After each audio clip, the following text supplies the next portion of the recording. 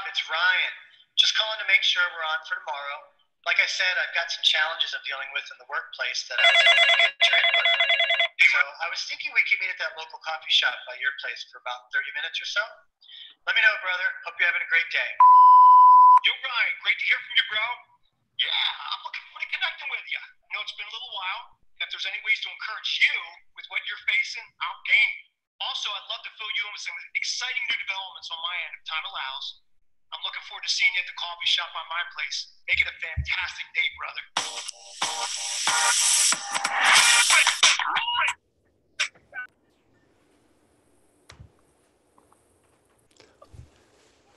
Look at this guy. How can you not wear a hat like that?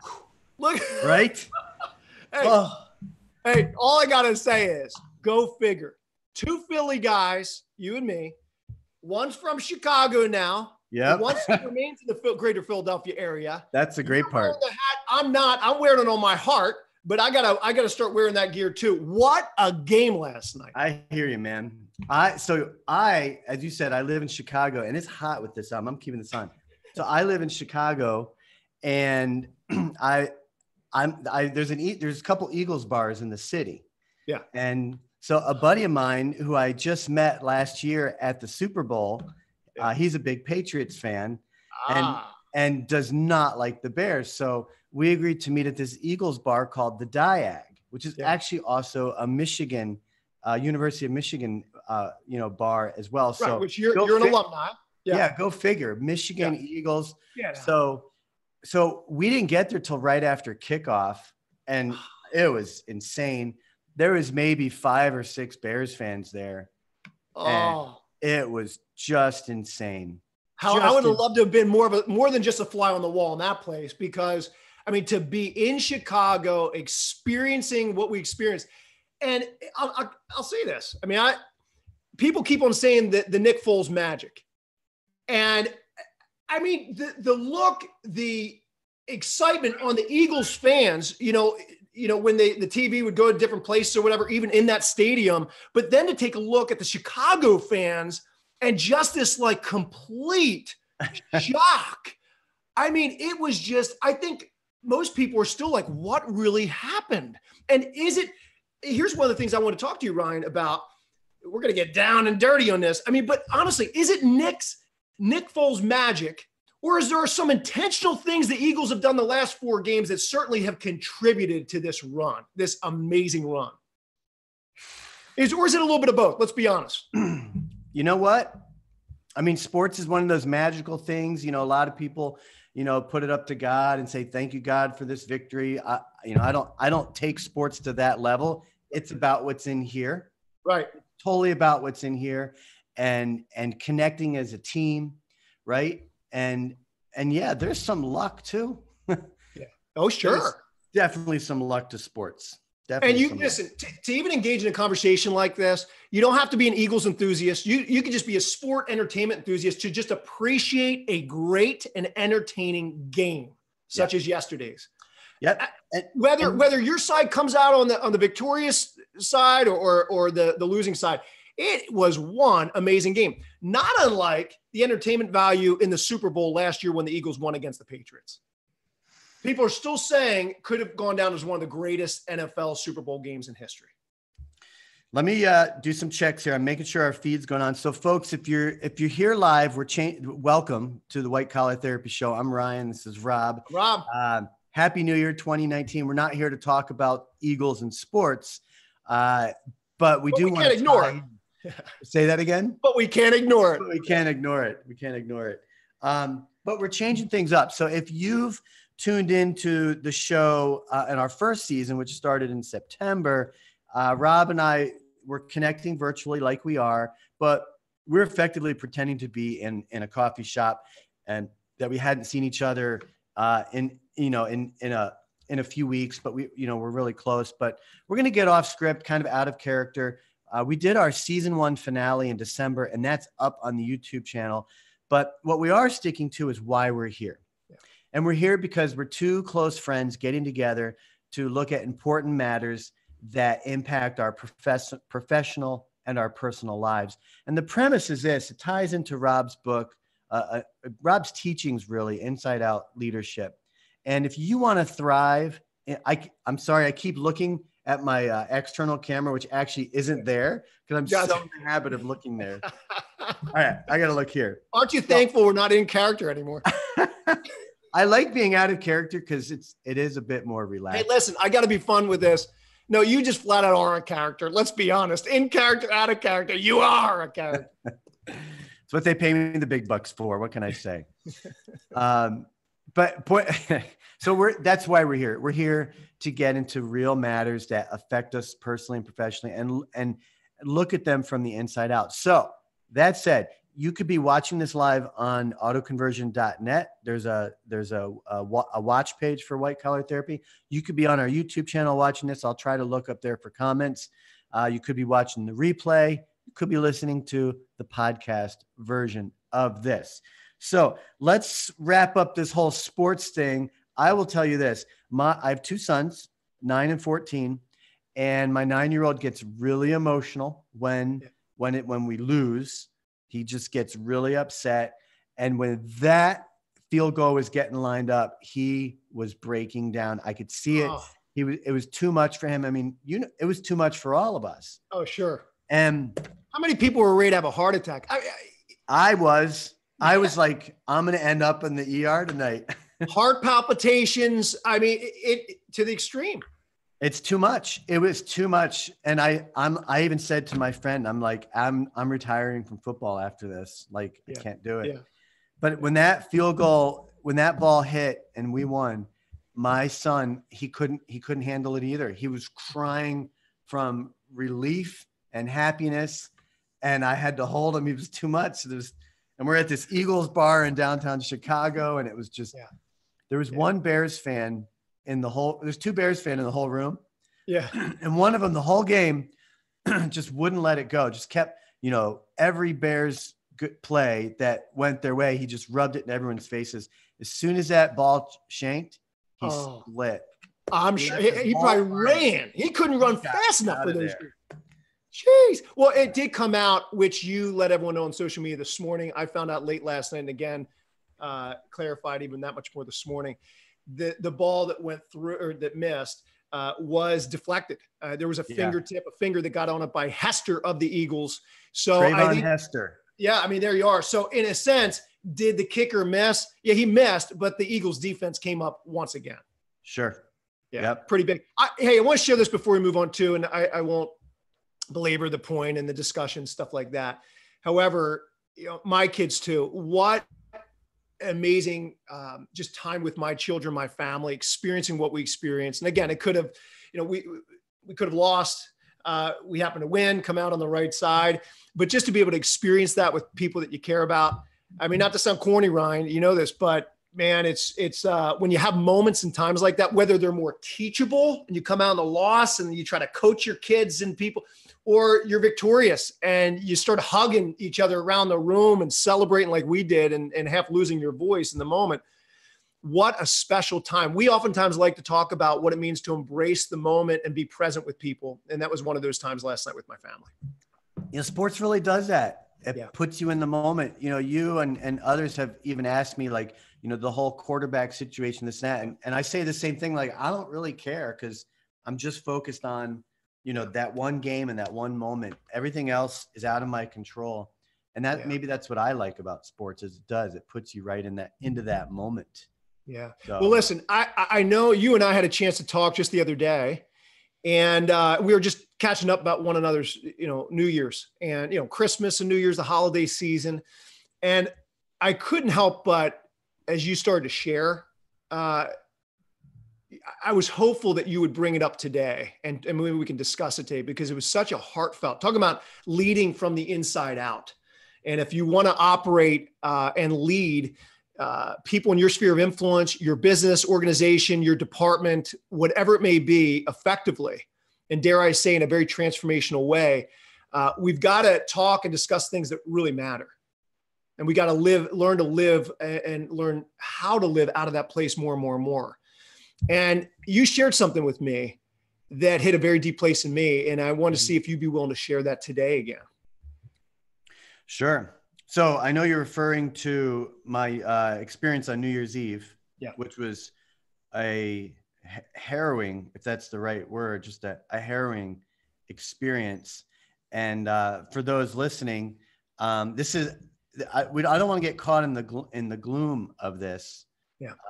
That's not. I mean, that's not what it's about. But yeah, at the midnight hour on New Year's Eve, and I was in Philadelphia at a hotel, and unfortunately watched a mother lose her baby child. I couldn't tell if it was a boy or a girl, but I was right there with the mom in front of the baby, next to the baby, while someone in her group was trying to perform CPR. The baby was in her diapers and unresponsive, and we don't know what happened. All we know is that we were about to go. We were in the hotel lobby, nice big open lobby. We were about to go up the elevators. We were down in the lounge. Yeah. It was just past 11:30. So, got a final round of drinks to celebrate the new year. And out comes this group, a very close group, family, clearly having a good time upstairs and screaming because their baby was non-responsive. The ambulance got there. I made sure someone called the ambulance, got there, in my estimate, pretty quickly. What was bizarre was watching people come out of the elevator and into the lobby and looking around and seeing that this mom was losing her baby, and just kind of walking past and moving on. And my girlfriend and I were right there, and I'm like, we can't leave. We have to be here. Well, that's one of the things, if you would allow me to, that's one of the things when you'd shared a bit of this story with me the other day. We all have our default modes. You come across something, it could be a car accident, something that you witnessed, whatever, something tragic has happened. And we can tend to go in these modes. Your mode or your default was what? You were starting to fill in the blank there a little bit. I mean, your natural default was what? We could not leave them.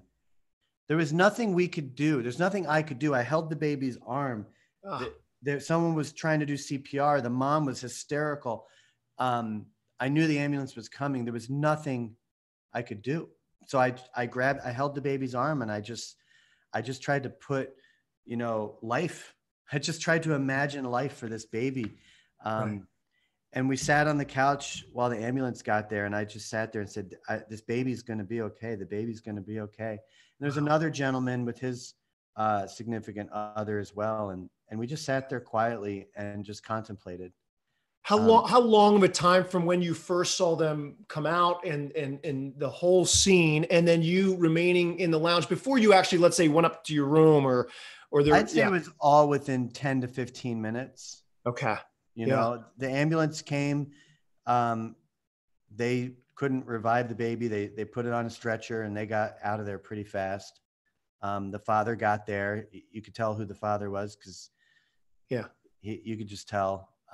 So yeah, it was, I would say 10 to 15 minutes tops. Now, Ryan, you have 2 kids, right? Mm-hmm. Yeah. I have 3. What are the ages of yours? 9 and 14. All right. I have a 10, 8, and 3-year-old. What did it do to you? That experience of what you witnessed and observed in that moment, in that time. But then also, you had just a few days now, you're, kind of coming out of something like that. You can't help but subconsciously or consciously be thinking, sifting through your emotions, what has it done to you? The immediacy. Maybe I should say, what is it doing to you at the same time? Yeah. The immediacy of it, for me, was getting into the moment. Again, couldn't do anything, but so I did what I could. Yeah. Felt like I was caught there. Why would I leave? Right. I was in the moment, as uncomfortable and as terrible as it was. I was in that moment. So I felt like I had to stay in that moment. Of course, I called my kids right away. I was planning to anyway. Every parent's worst fear is losing your child. And when I think of losing my children, I do always give it up. I just give it right back up. to God, and I just say, just help me with this. Help me not think this way. Help me with this fear. That's just how I operate. Right. Of course, that scenario kept replaying in my mind over and over and over. I woke up thinking that. I thought it all day. Here we are a week later. It's still running through my mind. And I don't know. I mean, I know life can be indifferent, and we can't understand why that is. If you ever read Arthur C. Clarke's book, Childhood's End, it is the ultimate story of indifference. But Childhood. Okay. Yeah. I don't know if you're familiar with that book. It's the ultimate story of indifference in life. But by the same token, there's a dimension of high intelligence and purpose that is captured in that book. Right.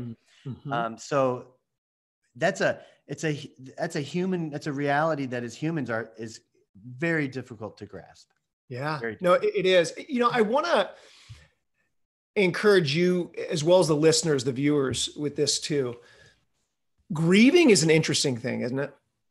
Learning to come to terms with something that totally familiar with. I've had minimal grieving in my life. Yeah. And that's what I want to touch on. That's been on my heart. The average person doesn't grieve nearly enough. Think about this, Ryan, that the world in which we live, and even the American culture, it's move on to the next thing.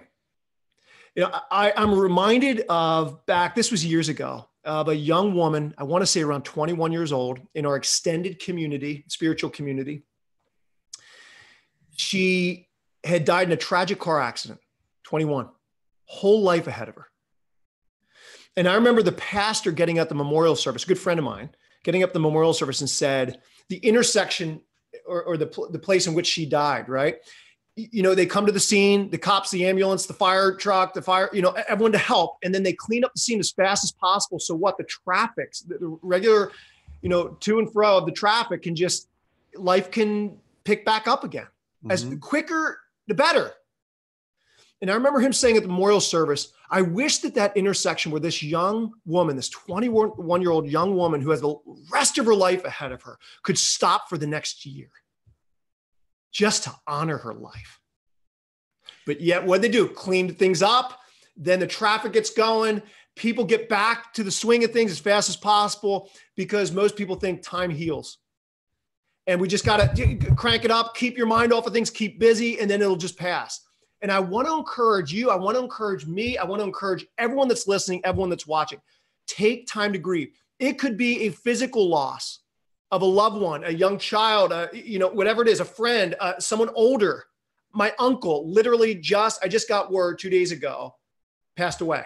I go to his memorial service a week from today. 84 years old, long life, passed away. So whether it's someone young, someone old, whether it's a dream that never came to pass in the way that you thought, maybe it's a change into a different geographical location. Maybe you moved. Maybe it's a business idea. Maybe it's something that you just, in this curveball in business, that's rock your world beyond human comprehension. Take time to grieve. Everyone grieves different, but take time to work through your emotions, and take time to talk to people about what has happened. Whether it's in an instant or it was a major process in your life, but take time. It doesn't just have to be physical loss. And I'm a firm believer in this, Ryan, that when we take the necessary time to grieve and work through our emotions, sift through them, we have the potential to come out much stronger than ever before. And understand that we have a community that surrounds us that we never even really thought was there to begin with. And so I just encourage all of us, take time. I don't know if that hits home at all for you, but for me, I need to be reminded of that. Well, as I noted, I haven't had a ton of experience with loss and grieving. I lost my grandmother last year. And that was we were close, and losing her was difficult. And it's still, front and center in my mind constantly. My natural instinct is to embrace it and talk about it. I'm not shy of talking about it. I know not everybody is.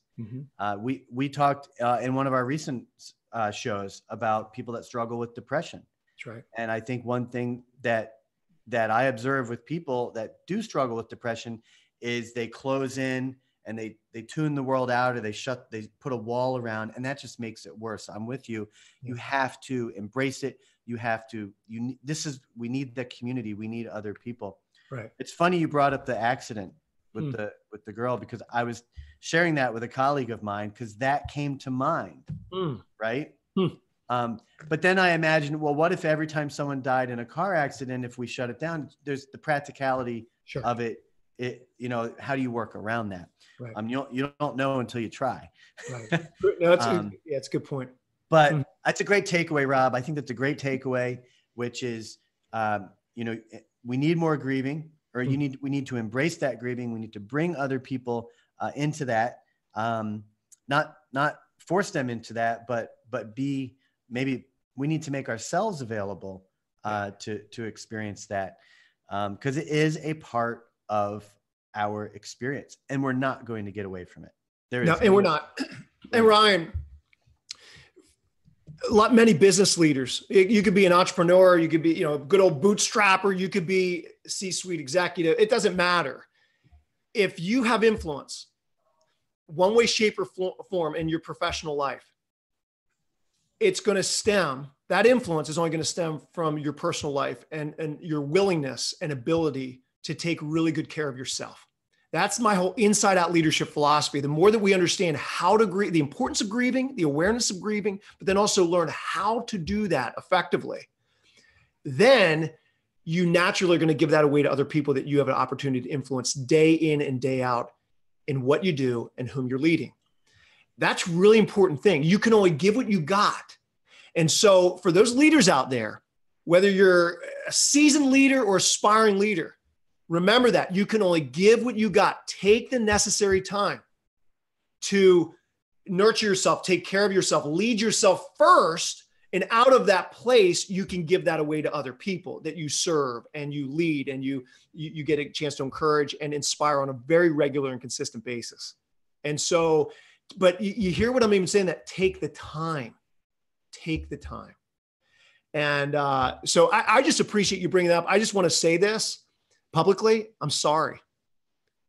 I'm really sorry you had to witness that. At the same time, there's no better person, and I know you well, to come alongside of that baby and that mother and that family for that short period of time and just to be present with them. So thanks for your willingness to embrace that time. Yeah, for me, I was a part of the experience, but it was an observation. But those poor people, yeah. I mean, their world flipped upside down, and I'm sorry for them. Yeah. But I appreciate you having me share that. Yeah. And that Ryan, that gets to the core, I think, of even you and I in season 1. We got to the heart of some stuff, because that's just who we are and everything. And there's a lot of real life stuff in our own lives, but I know also in those listening, those viewing, that they want to come to terms with some things. And the more that they understand how to best come to terms with those things that really matter, they're going to be better for it. And what I mean better for it, holistically in their life, they're going to be a better human being. They're going to be a better father, mother, brother, sister, business leader, business owner. And we're going to come along people's side in this season 2. We're going to come along of these individuals, these leaders' lives, and be hopefully a source of encouragement and inspiration as we begin to share that much more authentically and be real, raw, that much more intentionally. I really hope that we'll do just that. Let's do it. I mean, that's our commitment. That's why we're here. And put a call out there to those listening and watching. Make White Collar Therapy a resource, mm-hmm. and lean on us as a resource for that. Yeah. What you were saying a few minutes ago, I always separate theoretical mm-hmm. from practical. Yeah. And you put out a great theoretical comments, right? Which is you influence and impact others by working on yourself. That's right. And I think what we need to do as a community within White Collar Therapy is come up with tools and actual techniques for doing that. Now, I know you have your book, Lead the Way, and you're working on your second one. So this is part of that solution. I've brought up Brandon Wilkinson's book, Rethink Selling, which speaks to that specifically. It speaks to that specifically. And I think we need to come up with, what that really means. Sleep, diet, exercise, clarity, right? Community, vulnerability. Balance. I mean, healthy work-life. I've even stayed away from the word work-life or the phrase work-life balance. I like work-life integration better. And what does that look like? And what's that mean? I think is a huge part of this thing too. Balance. There you go. So I think we need to commit to that for those that keep up with us for sure. Here's what I want to do, Ryan, before we end. I want to share this with everyone. If you have something in your life, listen, we are not certified counselors. I want to put a disclaimer out there a little bit. We are not. We care about people and we care about leaders and aspiring leaders. And we want you to be as successful and impactful and influential that you possibly can be. We want you to learn what it means and how to squeeze as much out of life as possible based on the things that really matter to you. And so in light of that, we want to hear your story. We want to, maybe there's something that is, turned your world upside down, maybe a friend, maybe a colleague, something, but feel free to share those stories over social media. And who knows, maybe we can work some of those stories in with real life, real-time solutions for you in the future as well. So we want to hear from you. And even get you up here too. Down for that. Right. And you don't even have to be an Eagles fan. Oh, you had to come full circle with that now, didn't you? All right. We're going to call this a wrap. We will have the podcast version of this up Monday, the 14th. And we'll be back 2 weeks from now. Same time, same place. Right. Yeah. If you go to whitecollartherapy.com, what you'll see is basically the show's website or promo page. It's on autoconversion.net. It's listed as one of the shows. And there's links to our Facebook group. So get involved on the Facebook group, links to the podcast site. There's a recurring event on Facebook, which you can subscribe to. So you'll basically be subscribed to the show on Facebook. Connect with Rob and myself on LinkedIn. There's a store. We just launched a store. Did you get your cup, by the way? I didn't get my cup. I need to get you a cup. It should be there. It should be there. I'm feeling very convicted. I need to get my cup for you. Yeah. Oh. Yeah. All right. So yeah, there's a store set up. You can get t-shirts and tote bags and all that good stuff. What else is up there? Anything else? T-shirts, sweatshirts, I believe. Well, I mean on the page. I'm sorry. Oh, sorry. You got me in this whole store thing. I can't get my mind off the store and we'll get some promos and branded discounts. items. Yeah. No, I don't know. And I think you pretty much nailed it. And yeah. Oh, and one final thing. We got a comment from one of our listeners about the show name, suggesting that automotive sales professionals can often be classified as blue collar, which made me chuckle because here's why. Most of my network, most of my contacts are in automotive, and they seem to tie in everything to automotive, right? And so it's so funny because your network is not even in automotive at all. No, it's not automotive. It crosses through industry lines and is just people that want to become much more of an effective leader. And that could be the startup business owner all the way up to a large size company executive. And so for me, it's like, I don't know. Do we come up with a name, Ryan? Do we come up with a name called like Purple Collar or something? I don't know. I don't see us changing the name, and I don't see us. I mean, the whole premise of White Collar is for career-minded professionals. Whatever collar you want to wear is it's up to you. Yeah. But again, we are here to build a community of people that want to thrive in their life and in their business. So, see y'all in 2 weeks. See you guys. All right. Enjoy. I'm gonna play the rapper, and everyone have a great rest of the week. It's gonna be a big 2019. So enjoy it, you guys. Embrace every minute.